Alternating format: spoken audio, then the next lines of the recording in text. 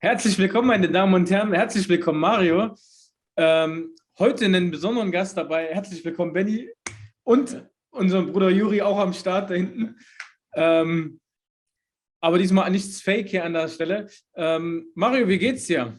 Mir geht's gut. Ich freue mich, dass wir zu dritt heute sind und das auch noch live und in Farbe mit unserem lieben Benny, quasi unserem Kameramann und Cutter. Und ja, heiße ihn auch herzlich willkommen hier in einer Debütfolge. Ne? Hi, grüß dich, Mario. Ja, grüß dich äußerst. Ja, Benny, wie geht's dir? Wie war deine Woche? Gut, was heißt, wie war deine Woche? Heute ist Montag, ne? Geht erst los. Wie war deine letzte Woche? Was kannst du uns erzählen vielleicht? Naja, also ich habe diese Woche jetzt nun endlich erstmal wieder Urlaub. Komme da also von meinem Alltag erstmal wieder ein bisschen runter, kann da wieder ein bisschen entspannen. Ja, das mit dem Podcast heute war sehr spontan, sagte David, ja, hast du nicht Bock einfach einen Podcast mitzumachen? Ich dachte, ja gut, klar, einfach mal mit vor der Kamera stehen, ist natürlich immer ein bisschen ungewohnt, so für mich, der sonst eigentlich immer hinter der Kamera steht. Aber ja, ich denke, wir machen das Beste draus, ja. Und ansonsten, ja, die restliche Woche war sehr entspannt, kann man eigentlich nur so sagen, ja. Sehr schön. Mario, wie war deine Woche? Was gibt's Neues? Update zu deinem Training? Bist du vorangekommen? Was macht dein Gewicht? Mein Gewicht ist gleichbleibend. Nee, heute Morgen 91 Kilo, das erste Mal. Ich habe eben von einer Klientin gesagt bekommen, mein Bauch sei weg. Ich weiß nicht, was das bedeutet oder was das heißt. Aber ja, ich freue mich auf Komplimente. Ne, genau. Nur schreib mir nicht, du bist schmal geworden oder hast du Gewicht verloren. Das ist irgendwie so, das schreibt man nicht. Genau. Ja, genau. Aber ansonsten, ja, genau. Ich hatte gestern, da habe ich einen Halbmarathon gelaufen mit einer Klientin von mir, einer langjährigen Klientin von mir. Die Zeit war für ihre Verhältnisse sehr, sehr gut gewesen, auf jeden Fall. Wir haben Fortschritte gemacht. Ja, ich bin mitgelaufen halt, aber ausgelastet war es war okay. Ne, genau. Ich musste ein paar Mal austreten, hatte dann auf einmal einen guten Schnitt gehabt, dass andere Leute Angst vor mir hatten, so wenn ich an denen vorbeigelaufen bin und mir Platz gemacht haben. Und das war ganz cool gewesen. Aber ansonsten bin ich sehr zufrieden mit ihrer Leistung und mit meiner natürlich auch. Aber das war okay die Zeit. Ne? 2 Stunden 11 für einen Halbmarathon. Klingt jetzt gut, aber auf meinem Stand ist man da schon ein bisschen ambitionierter, sozusagen, ja. Genau. Und ansonsten, ja, geht es mir sehr gut. Ich habe den ganzen Tag gearbeitet und freue mich jetzt, mit euch die Folge zu machen und danach, ja, eine Pfeife zu rauchen oder meine Ruhe zu haben. Sehr schön. Mario, wir haben es ja gestern bei dir zumindest in der Story gesehen. Ja. Ich weiß nicht, wenn du nicht willst, dass wir das ansprechen. Du warst ja gestern im Stadion in Köln. Ja. Ähm, Wie war das erste Mal wieder mit Fans, volle Hütte in Köln, glaube ich, ne? Hast du es vermisst? Was kannst du uns erzählen darüber, für die uns zuschauen und auch vielleicht fußballaffin sind? Mir hat es auf jeden Fall sehr gut gefallen. Ja, ich fand es geil. Aufgrund dessen meiner sportlichen Betätigung, normalerweise, also David weiß das, ich arbeite im Innenraum. Das heißt, ich bin quasi direkt an den Spielern dran. Also direkt. Erling Haaland ist normalerweise direkt an mir dran, sozusagen. Auch die ganzen FC-Spieler und so weiter. Aber ich hatte gestern einfach gedacht, so, Digga, nee, weil da muss ich 4 Stunden vor Anpfiff da sein, alles aufbauen. Da muss ich 2 Stunden während des Spiels da sein und dann noch 1 bis 1,5 Stunden nach dem Spiel. Und da dachte ich mir so, nee. So, und dann habe ich mich gestern abgesetzt. Ich habe dann gestern ähm, die normale Arbeit, sage ich mal, gemacht. Also mein Job war es, die Ordnungskräfte zu unterstützen, die 3G-Regeln einzuhalten. Das heißt, ich habe so ein Tablet gehabt, habe geprüft, ob die impfgenesen getesteten Sachen stimmten und dann ja, durfte ich dann an einen freien Platz setzen. Ich habe dann im VIP-Bereich gesessen, sozusagen da. Und ja, war auf jeden Fall nice, von da aus das Spiel zu gucken. Aber war auf jeden Fall sehr gute Stimmung gewesen. Die Dortmunder haben ein paar Bengalos gezündet, sah gut, sah farblich organisiert aus auf jeden Fall. Ich bin aber ganz natürlich gegen Pyrotechnik, gerade weil Pyrotechnik mein Gehör weggeballert hat, aber das waren ja nur Bengalos. Und ansonsten, ja, mit dem Ergebnis bin ich zufrieden.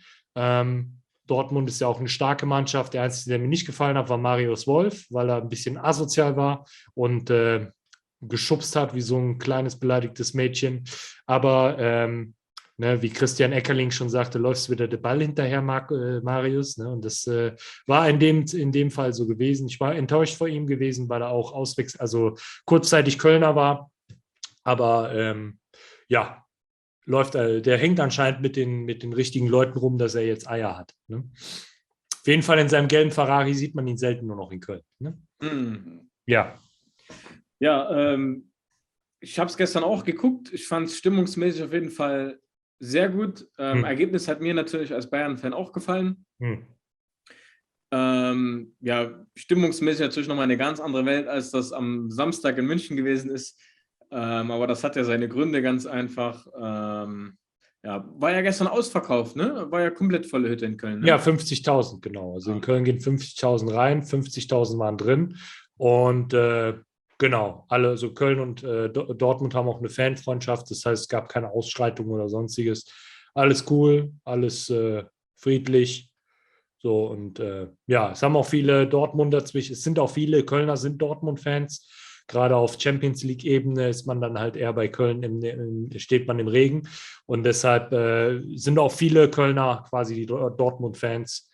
Ne? Und deshalb ist das, ja, ist das da, weil es halt näher ist als Bayern jetzt beispielsweise. Ne? Ja, Und deshalb ja. kann man dann allerdings, wenn man als Kölner irgendwie Real Madrid sehen will oder so, geht man zu Leverkusen. Da kriegt man nämlich auch gegen Real Madrid abends noch eine Karte an der Kasse. Das ist ein Geheimtipp. Oder auch gegen, keine Ahnung, Arsenal London oder was weiß ich, alles. Champions League, Liverpool. Kannst du alles an der Abendkasse noch gehen, weil bei Leverkusen geht keiner das Spiel gucken. Ja, Okay. aber das möchte ich nicht kommentieren. So warum. Oder weiter ausarbeiten, warum. Ist halt anscheinend nicht so cool, die Mannschaft. Ja. Okay, wollen wir dich auch nicht weiter in die Bredouille bringen? Ja, genau. Ich rede nämlich zu viel, weil ich Kölner bin und ein offenes Buch. Ja, das Herz auf der Zunge habe leider. Wollen wir vielleicht so ein bisschen heute zu unserem heutigen Gast so ein bisschen näher drauf zukommen? Benny, du bist ja jetzt seit knapp einem Jahr ungefähr, ne? Also den ersten Dreh hatten wir ja in Offenbach. Genau. Ja. Zur Dönereröffnung, ne? Erstmal, wie gefällt es dir bei uns? Wie sind deine Eindrücke und was kannst du so, also wir haben ja bisher 2 offizielle Drehs gehabt, soweit ich das, ne? Also einmal, wir hatten das dritte bisher irgendwie in der Pandemiezeit war es nur Döner irgendwie, einmal in Offenbach und einmal in Stuttgart. Was kannst du uns so berichten? Wie waren deine Eindrücke? Was fandest du vielleicht besonders? Was hat dir überhaupt nicht gefallen? Wie hat dir der Döner geschmeckt? Was kannst du erzählen so? Ja, also Also es war ja auch für dich so ein paar neue Eindrücke, ne? Weil es ist ja tatsächlich so, definitiv, dass tatsächlich auch es sind jetzt zwar keine offiziellen Sek Plus Events gewesen, aber man trifft halt doch den einen oder anderen Athlet, Künstler, der mit bei Sek Plus auch unter Vertrag ist oder mit Sek Plus zu tun hat, sagen wir mal so. Wie waren deine Eindrücke? Was kannst du so vielleicht als Neuling so erzählen? Also um das Ganze ein bisschen weiter auszuholen, der David hatte mich vergangenen Jahres gefragt, ob ich es mir ein bisschen vorstellen könnte, durch eben meine Videografie, Fotografie-Erfahrung, ob ich mir vorstellen kann, so ein bisschen was für den Kanal zu machen. Und habe mir da schon ein paar Sachen schmackhaft gemacht und ich sagte, okay, klar, warum nicht, einfach auch neue Eindrücke zu gewinnen und all sowas. Ja, und dann kam es eben, dass Massiv dann im Mai war das. April war das. April war das. Okay. April, ja. Genau, dass wir da nach Offenbach gefahren sind und da quasi die erste Eröffnung mit gefilmt haben. Das war natürlich schon echt krass. Als wir hingekommen sind, war natürlich bestes Wetter, Sonnenschein. Ja, so als Videomensch, der da mit viel Technik drumherum läuft, natürlich immer ganz cool. Bis es dann angefangen hat mit Regnen. Das war halt der einzige Punkt, wo ich sage, okay, das war echt scheiße, weil es war halt zum Teil kalt und dann eben auch noch nass. Ja, und dann hast du da so Equipment von 2.500 Euro in der Hand und das sollte halt vielleicht nicht nass werden. Aber alles in allem muss ich wirklich sagen, war es ein sehr, sehr gelungener Abend oder sehr gelungenes Wochenende. Allein schon die ganzen Eindrücke zu gewinnen, mit Massiv natürlich, aber auch mit den anderen Sek Plus Athleten. Juri haben wir getroffen, ihn auch endlich mal live in Farbe. Nicht nur hier direkt an der Wand, sondern auch direkt mal persönlich. Ja, und natürlich dann auch Alicia, die mit da war, genau, aber auch alle anderen, Ramo zum Beispiel oder auch Charo, mit dem er wirklich sehr gut reden konnte, auch vor der Kamera dann noch, dass er noch ein paar Sachen reingequatscht hat, so für unser Video, war natürlich auch sehr, sehr cool.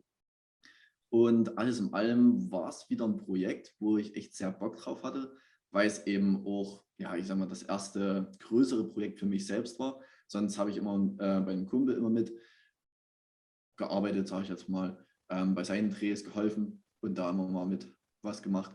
Hier und da halt schon ein bisschen was abgeguckt, wo ich das dann eben auch selber so umsetzen kann. Und da war das für mich natürlich das erste große Ding, wo ich sage, ja, es war geil und ich bin auch zufrieden, so mit dem Gesamtergebnis.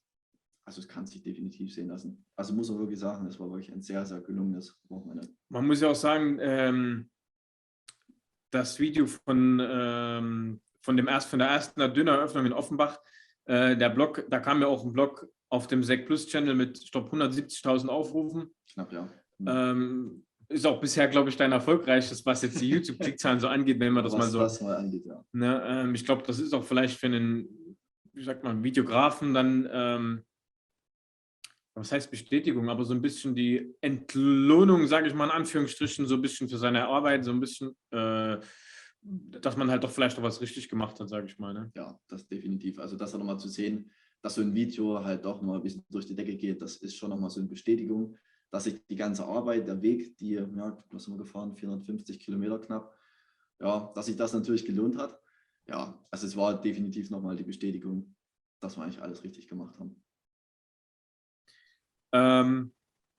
Ja, das war der erste Dreh. Dann ist natürlich einfach auch pandemiebedingt oder durch die Corona-Situation ganz einfach, waren jetzt noch nicht so viele Events. Dann hatten wir ja, wann war das? Fast knapp ein Jahr. Jetzt war jetzt dieses Jahr, ne? Im Januar, Februar? Ja, ich glaube, Januar, ja. Februar. Ja. Hatten wir das zweite Event quasi dann in Stuttgart, wieder eine Dönereröffnung. Ich glaube, du kannst es ja bestätigen. Wir wollen jetzt nicht zu tief drauf nochmal eingehen. Mario und ich, wir hatten das ja schon, das Thema. Die Qualität ist gleich geblieben, oder? Vom Döner? Ja, also man kann es tatsächlich wirklich nur so bestätigen. Also so auch, wie es Massiv gesagt hat, diese gleichbleibende Qualität im Döner, muss man sagen, ist wirklich gleich geblieben. Also allein der erste Test in Offenbach, dann als wir jetzt nochmal in Berlin waren und dann wieder in Stuttgart, also muss ich sagen, es ist nach wie vor wirklich ungelogen der beste Döner Deutschlands. Das muss man so sagen, ja. Genau.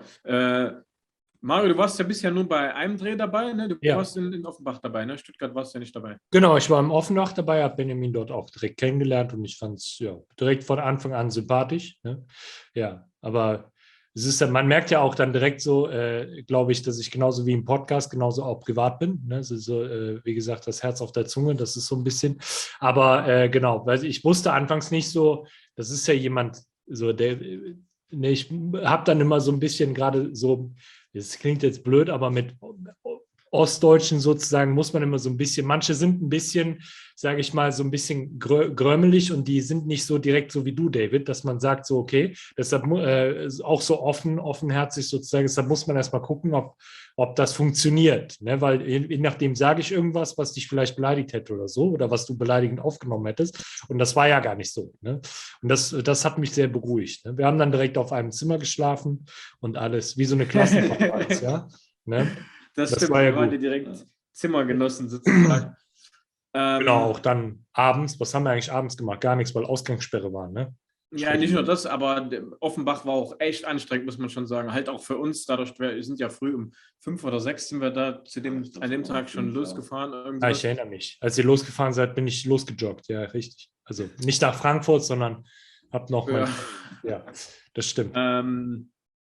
Und da war der Tag ja auch echt anstrengend. Wir waren ja dann noch, glaube ich, erst um 10, halb 11 oder sowas im Hotel zurück. Das war halt echt schon ein anstrengender Tag, muss man sagen, mit den vielen Gelaufe, Gestehe, Wetter und so weiter und so fort. War ja dann tatsächlich schon ein anstrengender Tag.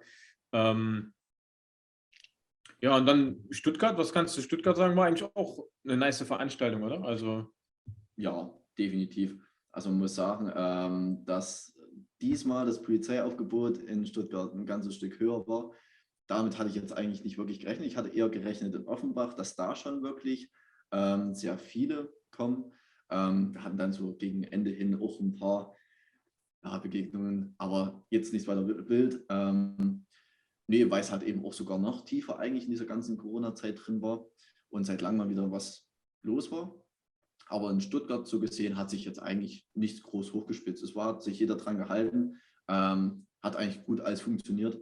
Das war natürlich echt krass, auch diese lange Schlange an Menschen zu sehen. Das war echt heftig. Ich persönlich würde sogar sagen, es war noch mehr Aufgebot da, also jetzt so auch an Kunden, die den Döner testen wollten. also in Offenbach. Es war schon krass. Das war schon echt krass, ja. Ja. Ja, wir hoffen natürlich, wie gesagt, das war jetzt unser zweites gemeinsames Event oder gemeinsamer Dreh, wie man das auch nennen möchte, dass noch mehr Projekte kommen. Dieses Jahr FIBO fällt ja flach. Expo wohl sicherlich auch, so wie ich das jetzt, also für dieses Jahr, soweit ich das jetzt, glaube ich, Ich freue mich auf alles, was kommt. Wenn was kommt. Genau. Oder vielleicht kommt ja was im Sommer oder so. Man ist ja nicht kalendarisch. Vielleicht, also ich will keine Gerüchte streuen, aber könnte ja sein. Also, das ist jetzt blöd, dass ich das gesagt habe, aber keiner weiß es, aber es wäre ja schön, wenn was kommen würde. Genau, richtig. Ne? Es ist ja auch immer ein bisschen abhängig von den Regeln. Matthias hat ja letztens auch gesagt, wenn man eine Expo macht, jetzt nicht abgesehen von diesem Jahr, dann noch nächstes Jahr, sage ich mal, ohne dass jetzt irgendwelche Leute uns darauf festnageln, was auch immer, oder die haben doch gesagt, nee, keine Sorge. Aber die Aussage von Matthias war ja, wenn, dann muss das sein, dass die Regeln auf jeden Fall wegfallen, also zumindest Abstand und Maske und so weiter und so fort, dass sich das Ganze halt auch lohnt, sage ich mal. Ja, genau. Genau. Wie gesagt, wir hoffen, dass es einfach noch mehr Projekte dann kommen. Wie gesagt, jetzt kommen ja die Lockerungen, dann kommt auch vielleicht wieder das ein oder andere Event, wo wir dann einfach zusammen auch wieder irgendwo hinfahren können und schauen können, dass wir dann einfach mehr zusammen drehen. Ich glaube, man sieht ja auch die Qualität in den Vlogs, die Unterschiede, wenn ich an unsere ersten Vlogs drehe, die wir da quasi zusammen gedreht haben. Ich glaube, den Unterschied sieht man auf jeden Fall. Ich glaube, Mario, da kannst du mir zustimmen, ne? Ja, vollkommen. Deshalb, genau. Ja. Aber da wollte ich auch gleich ein paar Fragen zu stellen, sozusagen jetzt nicht von den Zuschauern, sondern aus Fragen, die ich mir quasi ausgedacht habe. Genau, und zwar, wie bist du überhaupt jetzt dazu gekommen, sowas zu machen? Videografie, Fotografie und so weiter. Und was waren deine Anfänge? Mit welchen Systemen hast du angefangen? Was waren deine ersten Arbeiten beziehungsweise deine ersten Projekte? Und wie war so dein roter Faden als Videograf? Das ist eine sehr, sehr spannende Frage tatsächlich. Also da muss ich wirklich weit ausholen. Also angefangen hat das Ganze eigentlich so ein bisschen damals in der Ausbildung, dass ich dann halt irgendwo die normalen Handyfotos irgendwann satt hatte. Ich hatte irgendwie keinen Bock mehr auf klassische Handyfotos, wie man es immer gemacht hat im Urlaub, sondern ich wollte halt schon ein bisschen mehr und habe mir dann da in der Zeit meine erste Canon geholt, eine ganz einfache Einsteigerkamera und ja, habe dann einfach viel rumprobiert. Einfach verschiedene Objektive getestet, ausprobiert und da dann auch später eine Upgrade geholt in dem Bereich, also die nächst bessere Kamera.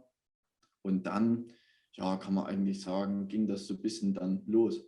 Der erste große Auftrag, das war eine Hochzeit von einem Kameraden aus der Feuerwehr.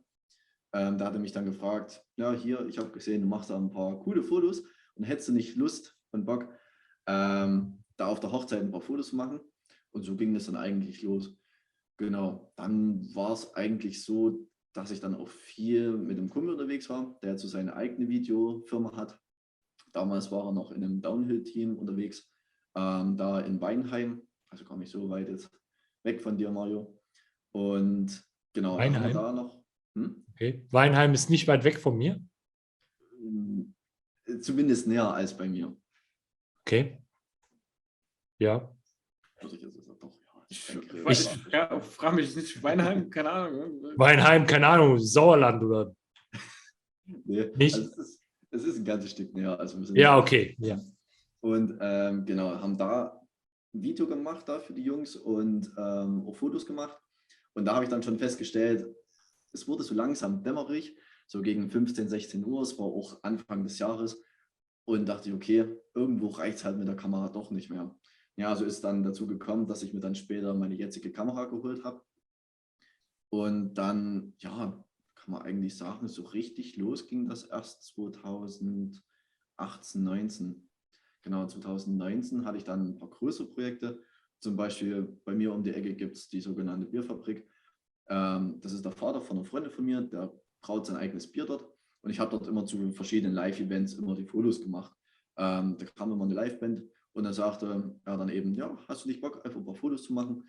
Und so kam es dann, dass wir dann auch in dem Jahr einen Kalender gestaltet haben mit Fotos, den wir dann da unten verkauft haben an die ganzen Zuschauer, genau, Gäste, halt drum dran. Ja, Zum anderen waren es ja eben auch noch verschiedene andere Sportevents. Zum Beispiel dann auch das Getzen-Rodeo, was bei uns so eine Art Super-Enduro oder Enduro-Weltmeisterschaft Finale da gerade lief bei uns im näher gelegenen Ort. Und genau, da habe ich dann auch Fotos gemacht vom Betreiber aus, wo ich jetzt auch nebenbei noch ein bisschen was mitmache. Und er sagte dann, ja, ich habe da noch so einen kleinen Nebenauftrag, so ein bisschen von Red Bull. Und ja, so ist es dann auch gekommen, dass ich dafür zwar Red Bull intern die Fotos noch gemacht habe, so vom Aufbau, vom Gelände, allem drum dran. Und das war auch so ein Erfolg, auch für mich nochmal so ein bisschen, ja, das war echt krass. Ja. Und dann so ein bisschen Corona-bedingt ist das Ganze dann alles stark in die Brüche gegangen. Es war halt einfach nichts los, keine großen Veranstaltungen und gar nichts. Habe ich also so mein Ding für mich so ein bisschen gemacht. Und dann im Lockdown habe ich mich mehr aufs Video mit konzentriert, da einfach geguckt, viel rumprobiert, einfach viel Videos angeschaut, alles sowas und ist das eine zum anderen gekommen. Ja, und dann, ja, was setzen wir jetzt hier? Machen Videos 40 plus. Sehr Ja. cool. Also wenn man dein Instagram-Profil Streetmans_Photography mal anguckt, du machst super viele Landschaftsfotos und auch so jetzt hier, ich bin jetzt gerade hier, wo du viel von deinem Hund gemacht hast und so weiter. Das ist schon beeindruckend. Also, aber immer so trotzdem wiederkehrende gleiche Bilder, also immer so ein bisschen. Das sieht so aus, als würde man so durch so ein, also ein bisschen der Rand so schattiert und dann der Mittelpunkt des Bildes ist dann irgendwie klarer. Ne? Und das ist so ein wiederkehrendes. Was sind so deine Lieblingsmotive und wie hast du dir das beigebracht? Also hast du Bücher gelesen, hast du Videos gesehen? Hattest du jemanden, der es gezeigt hat? Weil es gibt bestimmt viele ZuschauerInnen, die jetzt hier zugucken oder eventuell das Video mal sehen, die auch interessiert daran sind, YouTube-Cutter, was weiß ich, zu werden oder sogar eigene Reels drehen wollen und so weiter und die jetzt Tipps brauchen, wie man sich das beibringt und wie man die Erfahrung sammelt. Wie ist das bei dir passiert? Also am Anfang war es wirklich dann natürlich auch so ein ganz einfaches Knipsen. Also einfach gucken, okay, was für ein Motiv sieht gut aus und was kann ich jetzt mit dem Objektiv, was ich an der Kamera dran habe, anstellen. Und ja, also ich sage mal, die Erfahrung, ich glaube, das bringt einfach wirklich nur das Probieren immer wieder. Ich habe mir in der Zeit dann wirklich, also wo ich dann wirklich mehr in diese ganze Fotografie-Geschichte eingestiegen bin, viele Videos von Benjamin Jaworski angeschaut. Also so kleine Werbung an der Stelle mal wissen.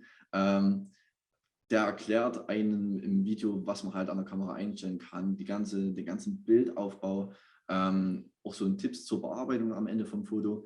Und da habe ich dann wirklich schon ein bisschen mit dem Auge geklaut, wie man eigentlich so schön sagt, und da dann immer geschaut, wie kann ich es jetzt selber umsetzen. Und dann einfach wirklich rumprobiert, einfach auch im Lightroom dann einfach geschaut, was passiert, wenn ich den Regler nach links schiebe, was passiert, wenn ich ihn nach rechts schiebe und dann einfach so ein bisschen geschaut. Tatsächlich Tipps geben, es ist schwierig.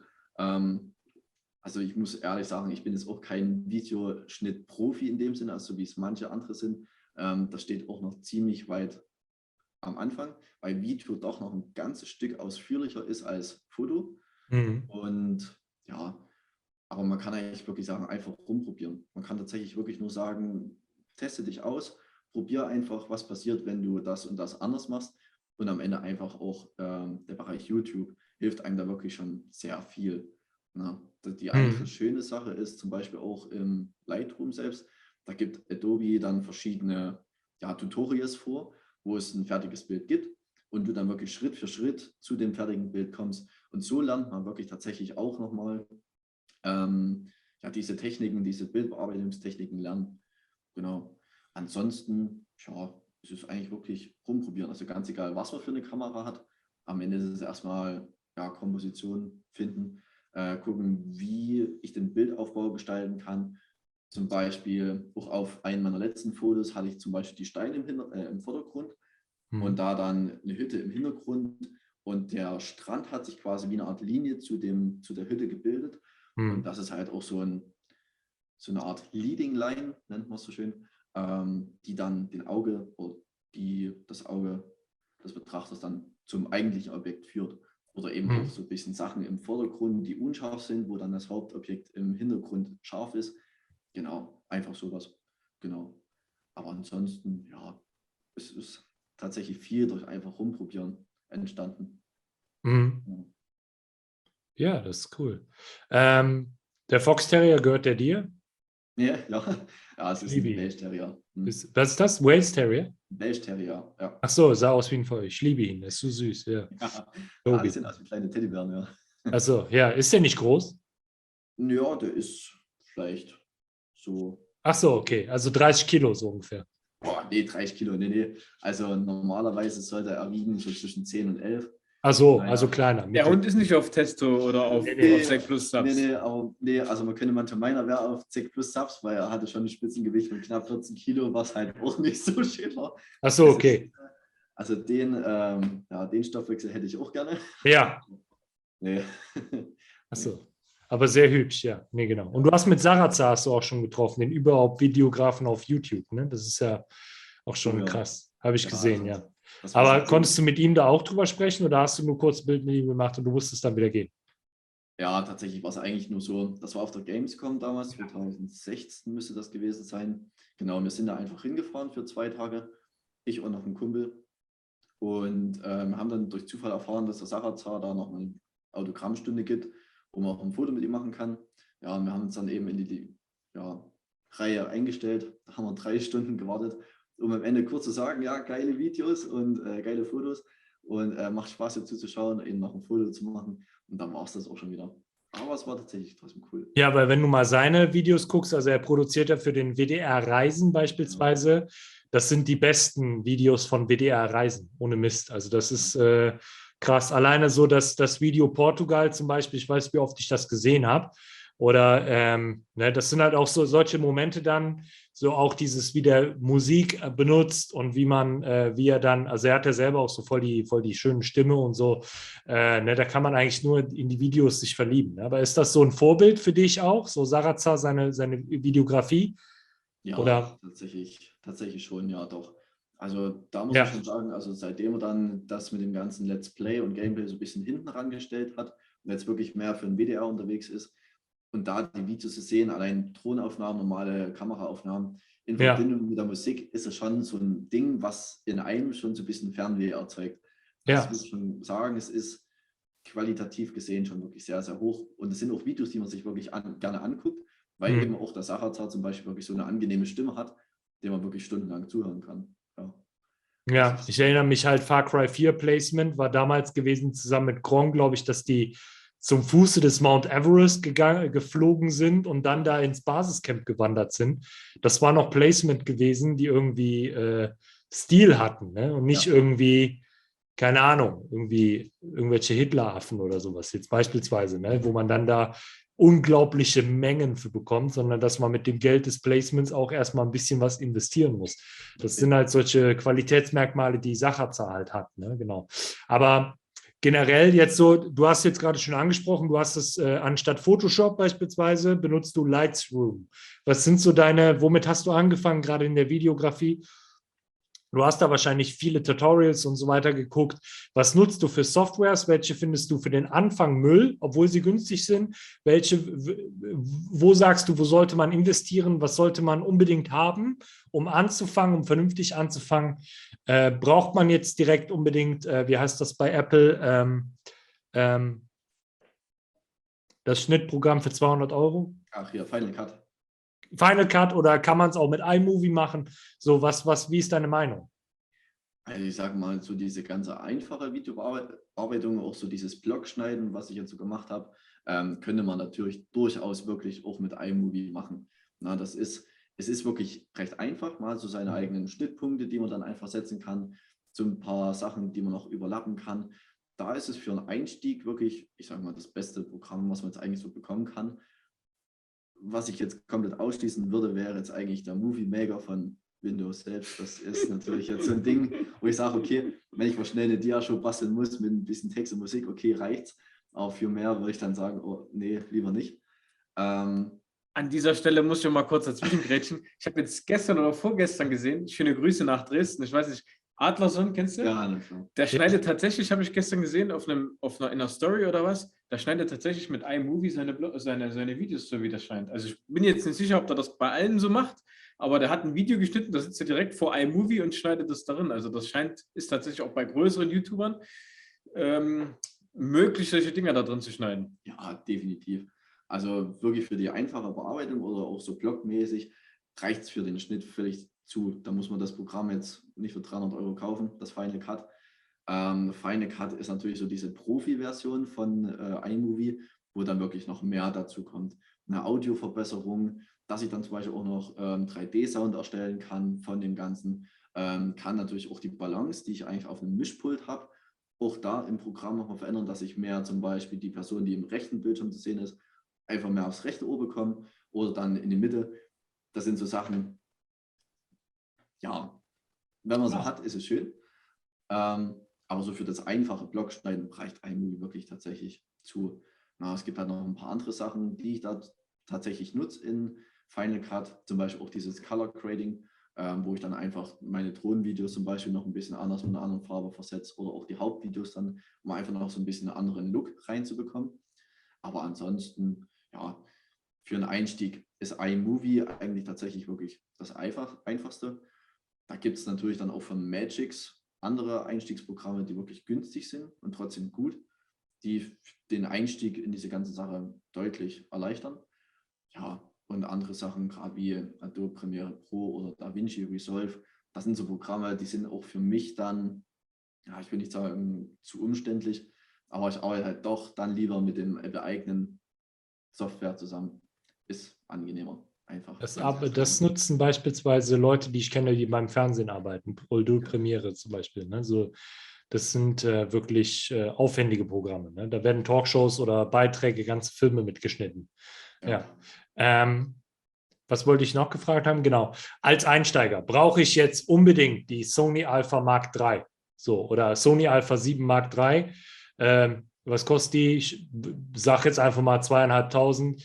Brauche ich dieses zylinderförmige, krasse Objektiv, so was vorne noch so ein Fischding hat, quasi so, was nochmal 2.500 kostet. Was brauche ich, um anzufangen, sozusagen? Ich zum Beispiel habe eine Sony Alpha 6.300 oder so. Kann ich damit auch anfangen? So, die kostet jetzt mittlerweile, glaube ich, noch ein paar hundert Euro. Wenn ich jetzt so ein kleiner Butschi bin und habe, sage ich mal, gerade so mein 450-Euro-Job an der Tanke und schleppe damit also voll asozial Kästen durch die Gegend oder so. Und womit kann ich anfangen?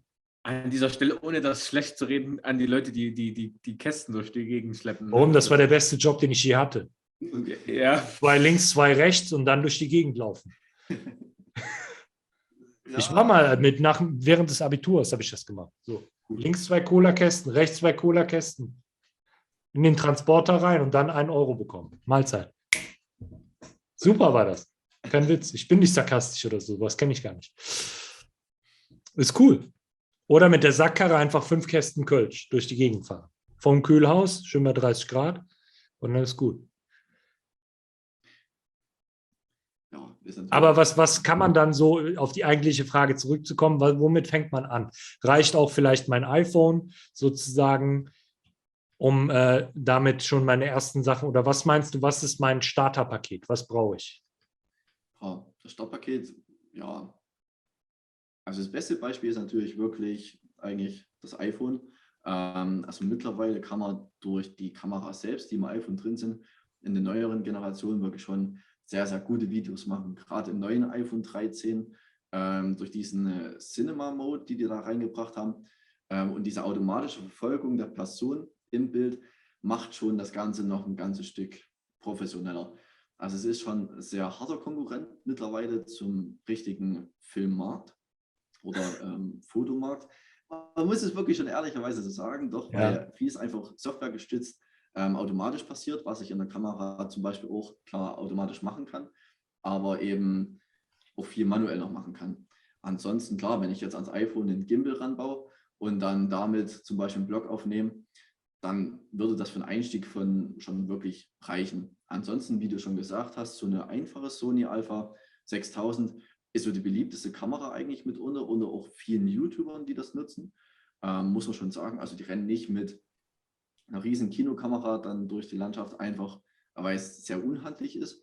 Die nutzen wirklich einfach so eine A6000 oder auch zum Beispiel der Holle, da haben wir es auch gesehen, das ist eine ganz einfache kleine Sony-Kamera, so eine Vlogging-Kamera, wo du das Display umklappen kannst, Mikrofon drauf. Okay, aber ich glaube, einfach in dem Sinne, ich glaube, der Holle hatte die ZV1, ne? Wenn mich nicht alles täuscht, wenn ich jetzt nicht ganz schief liege, und die liegt ja auch bei einem Taui oder sowas mindestens. Knappen Taui, sagen wir Ne? mal so, Also ja. da kannst du dann schon überlegen, je nachdem, ne? Wir reden jetzt bloß von Einstieg oder so.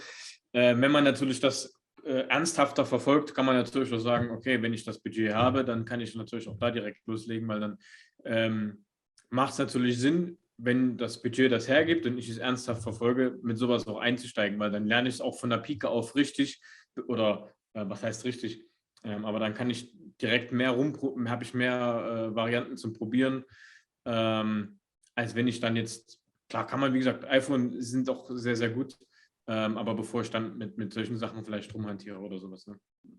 Aber ich so würde schon sagen, für einen Einstieg direkt so in diese ganze Foto- und Videogeschichte ist eine Sony A6000, also auch wirklich die erste Sony A6000, definitiv ausreichend. Die gibt es mittlerweile ein paar, ich glaube, neu, sowas unter 500 Euro. Meistens dann auch bei eBay so unter 400 wahrscheinlich mittlerweile auch schon. Und da ist dann eigentlich wirklich nur entscheidend, was ich vorne für ein Objektiv drauf habe. Und also viele sagen immer, ja, okay, krasse Kamera, muss so und so einen großen Sensor haben, so und so viel andere Möglichkeiten, muss es gar nicht sein. Im Grunde macht wirklich das Bild dann die Linse, die ich vorne drauf habe, erst das Bild wirklich perfekt. Na, alles andere ist dann wirklich nur zusätzlich. Und so kann ich halt auch mit einer einfachen Kamera, sage ich jetzt mal, für unter 500 Euro mit einem Objektiv, vielleicht was jetzt auch nochmal 200, 300 Euro kostet, die sind bei den Kameras günstiger, kann ich auch da schon wirklich einen sehr guten Look im Video hinbekommen.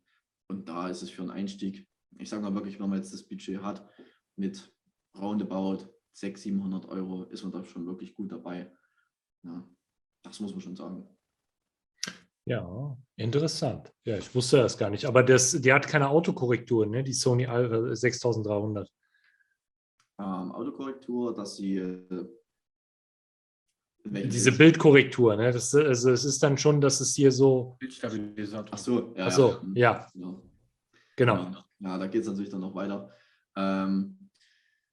Ist aber auch ja entweder direkt Kamera, sensortechnisch oder dann im Objektiv. Bei mir in der Kamera ist es so, dass es auch vom Sensor ausgeht. Die hat also diese direkte Bildstabilisierung gleich mit drin. Mhm. Und so kann ich dann eben, wenn ich jetzt frei filme, zum Beispiel einfach aus der Hand, dann mache ich da noch kurz die Bildstabilisierung im Final Cut an und somit ist das Bild dann auch wirklich smooth. Genau. Aber so, ja, klar, so ein einfacher Gimbal, knappe 100 Euro. Oh, sehr gut. Ja, perfekt. Super. Ja, ansonsten hätte ich jetzt nicht mehr. Also wir haben ja jetzt einige Programme, wir haben darüber gesprochen, welche Ausrüstung hast. Womit drehst du beispielsweise unsere Ausrüstung? Obwohl nachher wollen die bei dir einbrechen, aber das glaube ich nicht. Aber was ist jetzt so dein Equipment, dein Setup, dein Line-up? Womit arbeitest du am liebsten? Gerade auch so, du hast ja so futuristische, ich sag mal so wie Lego-Kästen, hast du so einen Kasten, dass du so wie eine Kamera hast. Was ist das und wo kann man sowas kaufen und was und so weiter und so fort. Also was für eine Kamera hast du, welches Objektiv nutzt du und das Mikrofon und diesen Kasten, den du da hast, wofür ist der, was macht man damit? Also an Ausrüstung habe ich standardmäßig die Sony Alpha 7 Mark III. Dazu zum Film nehme ich eigentlich wirklich hauptsächlich das Sigma 35 mm mit einer 1,4er Blende. Hat eben den Vorteil, dass ich eben sehr offenblendig dann filmen kann, also auch in schwierigen Lichtsituationen, wenn wirklich wenig Licht da ist, dass ich dann auch wirklich noch ein helles Bild hinbekomme und trotzdem noch eine schöne Hintergrundunschärfe. Also wie auch im Video zu sehen, euch schön scharf und im Hintergrund dann alles unscharf. Und so kann man dann eben auch den Fokus noch mal ein bisschen anders setzen. Dieses Ding, was du sagtest, was ich immer in der Hand habe, ja, sieht ein bisschen aus wie so ein großer Lego-Baukasten eigentlich. Das ist ein sogenanntes Kamera-Cage, wo ich dann eben zusätzlich zum Beispiel noch ja, so eine Art Fokus, Einstellring quasi montieren kann über eine Schiene, dass ich also manuell den Fokus setzen kann mit dem Rädchen. Dann habe ich oben dran noch einen einfachen 4K-Monitor, der das mit unterstützen würde. Und ansonsten ließe sich das natürlich auch noch ausbauen. Nur zum Beispiel noch einen externen Akku hinten dran durch weitere Schienen. Also man kann das wirklich bis ins Unendliche fast schon ausbauen. Aber so dieses ganze Set habe ich mir dann gekauft im Lockdown bei Amazon. Ich glaube, dieser Kamera-Cage kam 170 Euro. Dieser das Fokus-Einstellrad, ich glaube nochmal um die, ich will nicht lügen, 70 Euro knapp.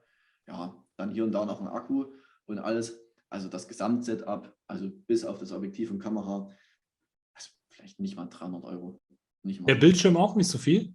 Nee, also der Bildschirm waren, ja, kann man sagen, ja doch, okay, vielleicht also 150, sind wir bei, ja doch 320 mit Akku, ja okay, vielleicht ist es doch ein bisschen höher. Ja. Sagen wir, ja 350, 370 Euro. Da war aber dann wirklich so die Grenze, wo ich gesagt habe, okay, viel mehr muss es dann auch wirklich nicht sein.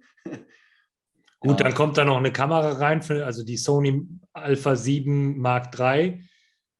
Was kostet die?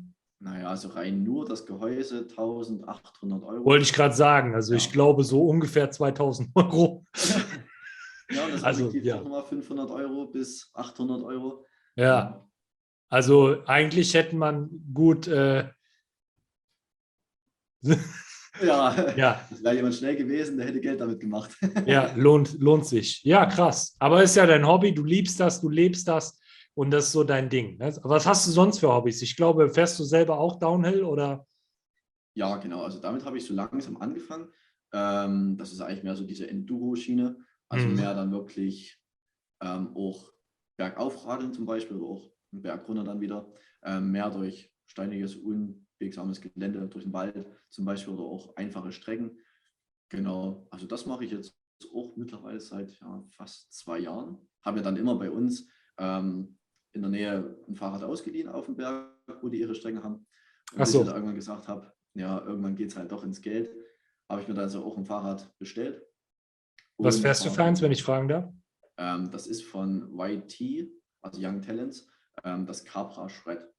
Also kein Canyon oder sowas, nee. Nee, Canyon hatte ich tatsächlich als ersten Favoriten, bis ich dann die Lieferzeiten gesehen habe von 3 bis 6 Monaten. Da war es also da schon schwierig, so ein Fahrrad dran zu bekommen. Und YT haben dann im Juli vor 2 Jahren das Fahrrad eben vorgestellt. So ziemlich zu demselben Preis, wo auch das Canyon gelegen hätte. Und was aber so von der ganzen Fahrdynamik und von den Komponenten, die verbaut sind, trotzdem noch ein Stück besser sind. Ja. Krass. Ja. Ja.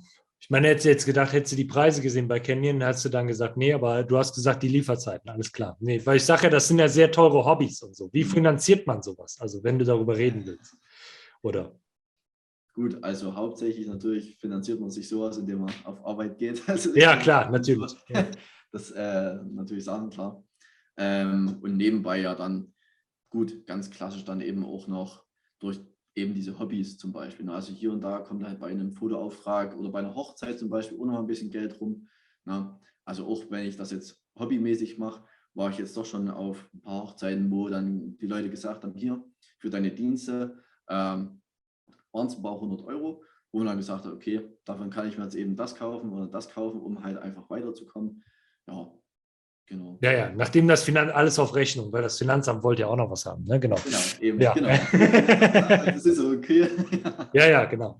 Ja, schön, perfekt, super. Und wie produzierst du, weil ich weiß es ehrlich gesagt gar nicht, ich bin ein richtiger Dulli in der Gruppe, in der Konstellation. Wie produzierst du jetzt diesen Podcast, den der Zuschauer gerade jetzt hier sieht?